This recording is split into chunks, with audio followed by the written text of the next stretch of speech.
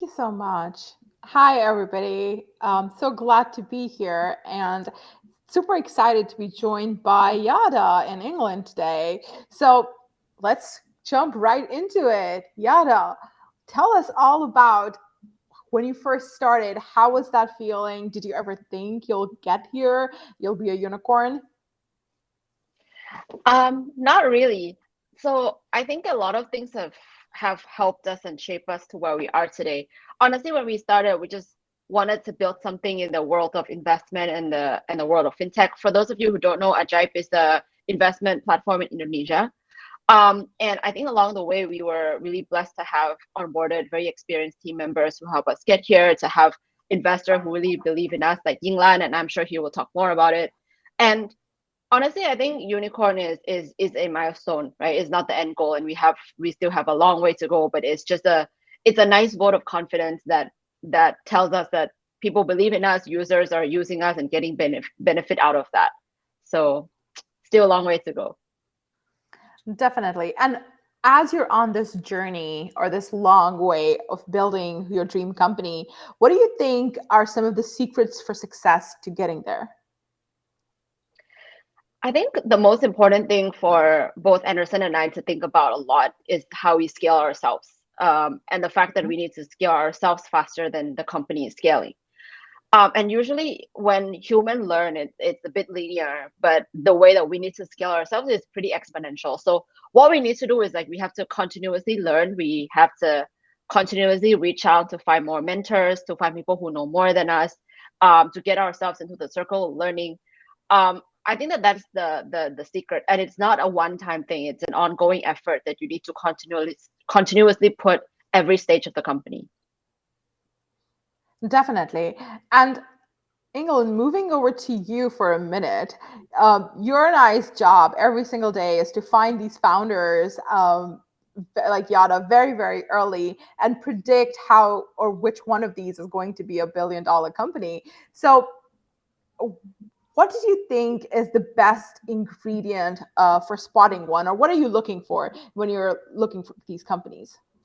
Yeah, I think it all starts with an unstoppable founder, and I just want to be the first to say the founders and team deserves 100% of the credit and glory. I think we want to be the partners and we want to be the first call when you have a problem, but end of the day is the founders and the operators who spend bulk of their time in the building, right? So I think and they are able to foresee the future. They are usually relentlessly resourceful, unstoppable, like Yada and Anderson. Um, Mhm. and I think the other thing is whether they can correctly identify a big enough pain point in the market. In which case, Ajay, accurately identified that hey, there was a untapped market for millennials Mhm. trading stocks.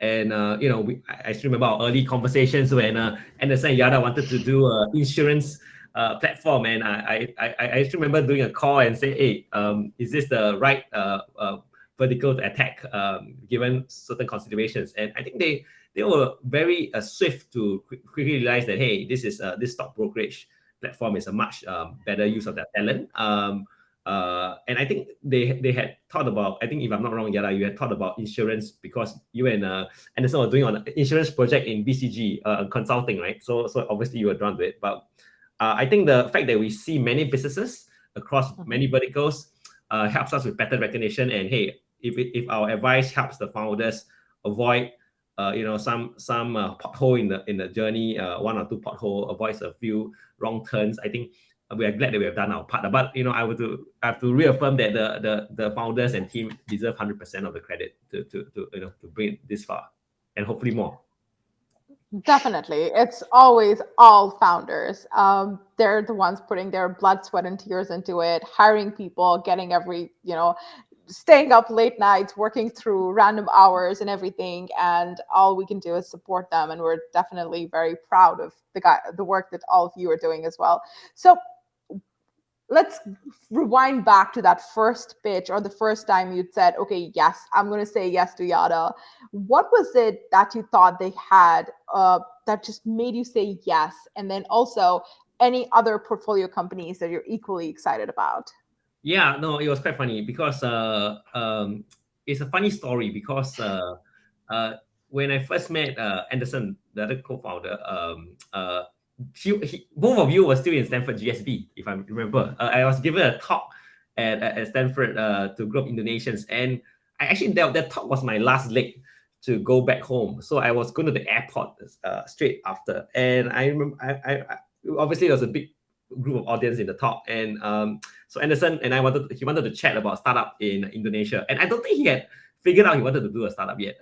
So I said, hey, hop out of the car, I'm going to the airport. Why don't we chat on the way to the airport? Which is, one thing led to another, and we were privileged that Anderson and Yada allowed us to invest in a very competitive seed round. And then, okay, so we did that, and then it further developed where, hey, there was an interesting opportunity for the team to buy a stock brokerage, and it wasn't very clear that it was going to work. But I think we like the team so much that say, hey, okay, let's back them to buy the stock brokerage, and it turned out to be a pivotal decision. And I think one of the things is that, hey, we realized that rarely do we find a team composite that have both analytical skill set and operational skill set, and also diverse country background. So, Anderson is from Indonesia, Yada from Thailand, and obviously, we haven't launched Thailand yet, but I think if we were to launch Thailand, Yada will be heavily involved in that. So I think, and her strong product and fintech background as well as network in the region was why we had a very strong conversation at Ajaib. And then it's been a privilege to see the company grow under Yada's and Anderson's leadership. Yeah. Awesome. So Yada, what's been the hardest part of this journey for you so far? Yeah, I think a lot of things are hard. Like when you were convinced about, like Yinglan said, at first we didn't come in wanting to do the stock trading, which is our biggest business now.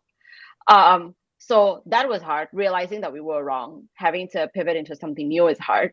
A lot of other things are hard. Hiring people, managing people were all first-time managers. When I was in consulting, which was what I did before, I was also a team member. So I think it's hard to pinpoint what's the hardest. So I would say the hardest is to be bombarded with a lot of challenges and to not be discouraged by it, but instead to learn from it. And it's a conscious thing that you have to do. It's like every time there's something, and even today, this week, right, there are a lot of hard things. And I would say that the key ingredient there is to think about it as like, okay, this is bad, not good for us. How can I learn from this so that I can prevent it in the next 100 times so that what happened was worth it? Yeah, I'd say conditioning your mind to do that was hard. Definitely. It's like learning an entirely new skill. And that's Exactly. always hard and takes time. Yeah. But so let's dive deeper into this a little bit. As you were learning all of this, you also, I'm told, so I'm assuming, did not have a tech background. So did that add to the challenge of being a CPO at all? Yeah, so I actually studied marketing, and before this I was in consulting, which is not a tech background at all. I think it was hard, but then again, what we did, all of us, is to scale ourselves, like to learn. Even if I believe that it's actually, in a way, it's a privilege, because if I had some experience before, I might come in with a bias of this is how tech is supposed to be done, or this is how product's supposed to be done. Instead, because I didn't, we ended up asking a lot of people. We got mentors from companies who are beyond our stage. We talked to our VCs. We talked to friends in the Valley, and we learned actually what is the right way that we want to do this. So that would be how I did it. That's awesome. And then jumping on that note, which is a very good point, because the fact that they are targeting first-time millennial investors, and they are millennials themselves, right? If they had actually worked in a traditional brokerage, it might be a disservice, because they are able to understand the pain point, the consumer experience, build that trust through education and user experience, which they did a great effect. Also create that distribution through social media like Instagram. And it's really product-led growth, right? That has played a critical role in Ajaib becoming a unicorn in the short span they did. And Yada, in a role at CPO, CMO, I think deserves bulk of the credit that the team was able to do this quickly as soon as their stock trading app launched. It's amazing. So Yada, how does it feel to be the first woman in South Asia to build a unicorn company in Indonesia? Yeah, I think it's an honor and a responsibility. And this is for like all the other female founders out there, as well as our team and our customer. Mm-hmm. I think that because we are privileged to be in this position, we have a responsibility to others as well. Definitely. You have to bring others together with you. And so Yeah. what's next? What are your plans for Thailand? What's happening? What's next on your agenda? I think that our vision is, as Yinglan would know since day one, is we want to do a lot of things in a lot of places. But it's also important for us to be focused, because a focused team is the team who will execute the best in whatever they want to do. So for now, in the next year or so that we foresee, we don't have plans for Thailand yet. So we really want to stay in Indonesia and really win the market here. But I'm sure that that will come along pretty quickly after that. That's awesome. And so let's talk about the role that gender plays in tech, especially in our part of the world. Do you think it was harder for you to build this company as a woman? So I think building a company, startup or not startup, and especially scaling it to a unicorn is hard no matter what. There's a lot of work that needs to go there. There's a lot of focus. There's a lot of attention that you need to put on yourself as a leader as well as your team.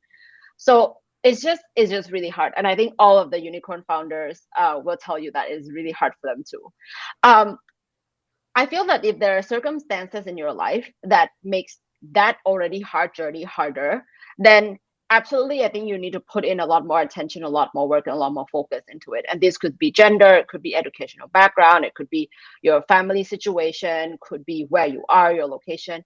So I think if that is something that you know that is in the circumstances that you play in, then you will need to figure out how can you take advantage from this, and what additional things would you be willing to do? Are you willing to put in more focus, more hard work? And I've heard that from all the other female leaders as well that I've met.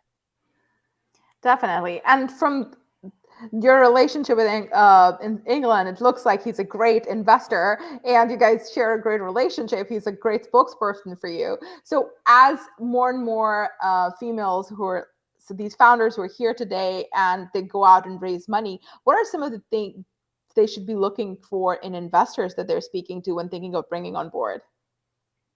Yeah. So I think that there are a lot of things that an investor can help a startup, right? Can help with recruiting, can help us with brainstorming strategy, can help us connect us to other people around the world. But for us, I think the most important thing is we look for people who really believe in us as founders and our vision. And that's one thing that Yinglan has always done. So he told the story just now about us wanting to buy a broker. So that was, I think we were like 6 months old company. We had a team of probably 10 people. And we wanted to go and buy this broker, which has existed for like 40 years, and to be the first startup to do that and launch in Indonesia. And Anderson and I were worried that nobody would believe that the two of us can execute that, because that was not something that we had proven before. And the first person we called was Yinglan, because we were like, I think Yinglan would probably be the one who believe in us and tell us if you are missing something. And we called him, and he immediately said, okay, go ahead, I back you guys, which is really such a vote of confidence and also means a lot to us, because to be a founder is already difficult. To want to do something like that, you always think in your head, like, is this actually wrong? Like, are we not going to be able to execute this or to do this and go after a lot of other people? So I would say that look for people who truly believe in you and support you. And that doesn't mean always like say yes to everything that you say. That means if you're going the wrong path, then they will tell you, but you know that they're telling you because they know that you can do better than this and you can achieve more than this. That's why they're giving you that feedback. It's not because they don't believe in you. So I would say, yes, make sure that your investors believe in you first and foremost. Awesome. And Yinglan, I know that this was not a part of like the questions that we discussed beforehand, but I'm sure you can take care of this.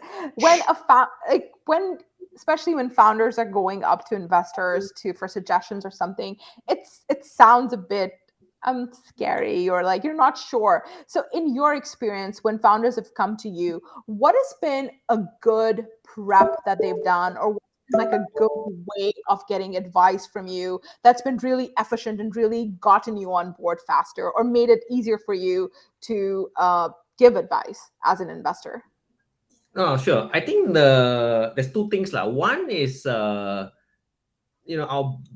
I think the best thing is to be authentic. Authenticity is probably the best. Mhm.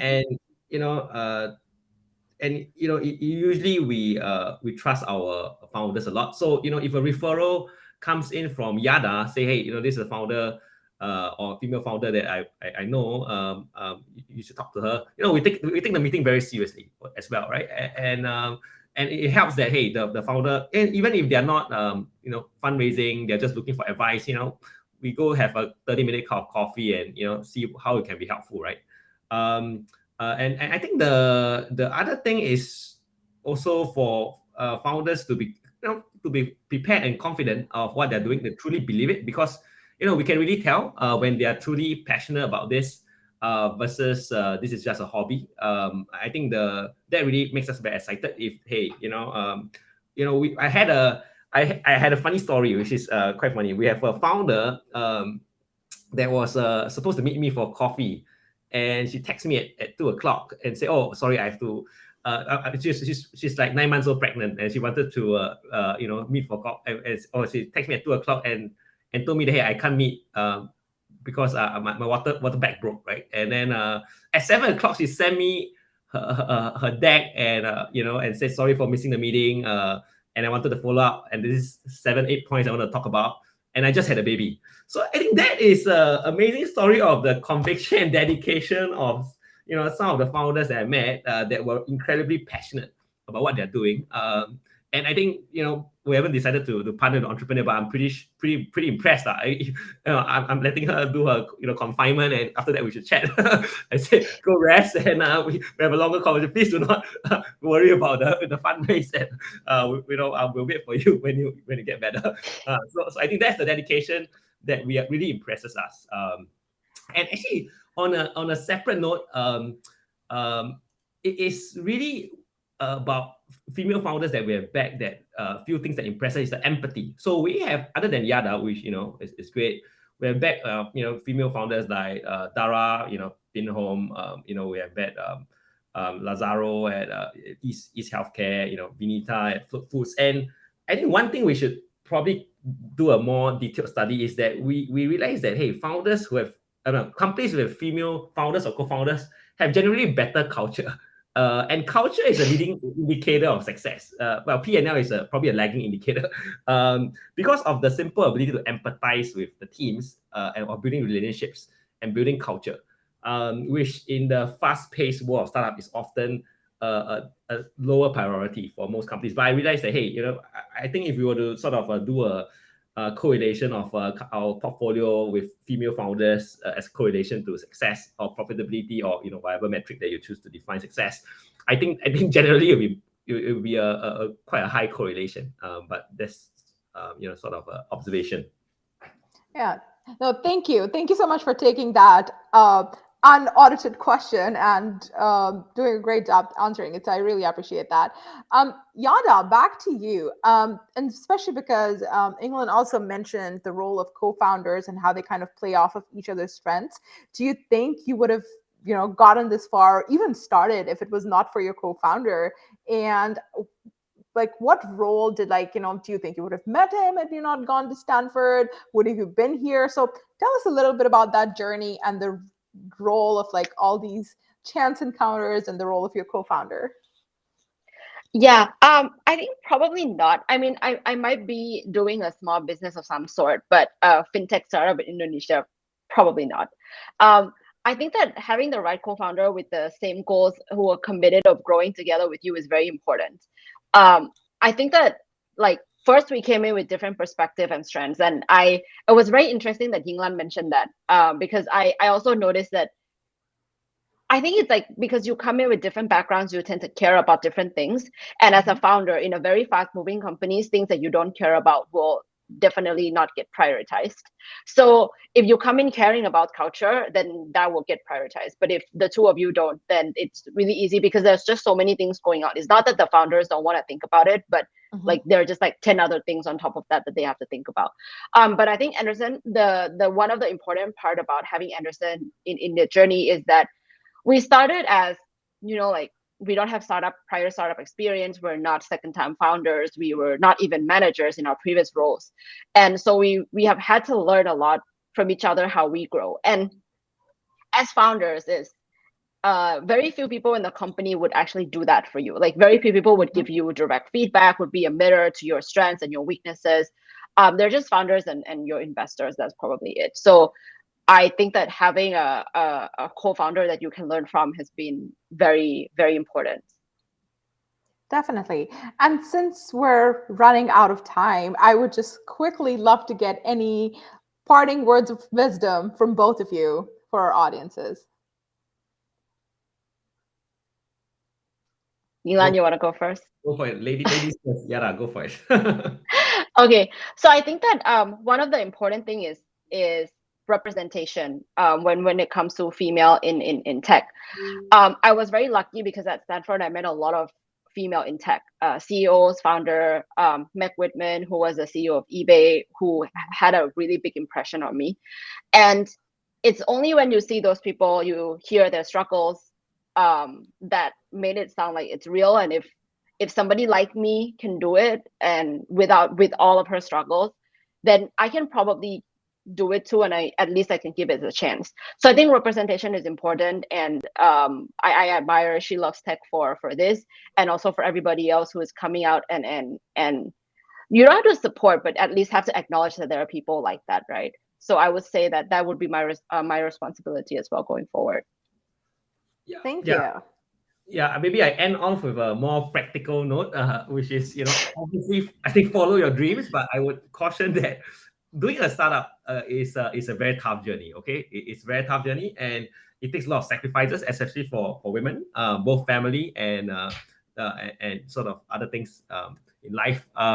So I would only encourage you to do it if you cannot imagine a future of not doing the thing you dream about. And if you have that, if you wake up in the morning and say, okay, why am I not doing this? Then I think you should consider doing a company yourself. But otherwise, I think the better option for those in the audience is to join a fast-growing company like Ajaib, for example, right? Learn. When the day comes, you may want to do your own company. But that's probably the more practical advice, because I've seen, we encourage entrepreneurship, but it's not for everybody, right? And if you pursue that blindly, I think you may find it's the wrong path for you. But yeah, I'll leave it with that. Awesome. So for those of you, entrepreneurship can also be a mindset, and you can apply that same mindset to other things in your life as well, and just do super well. You don't necessarily have to start a company if there's not a problem you're passionate about. So with that, thank you so much, both of you. This was great. And I really appreciate all your wisdom. And thank you so much for being here with us.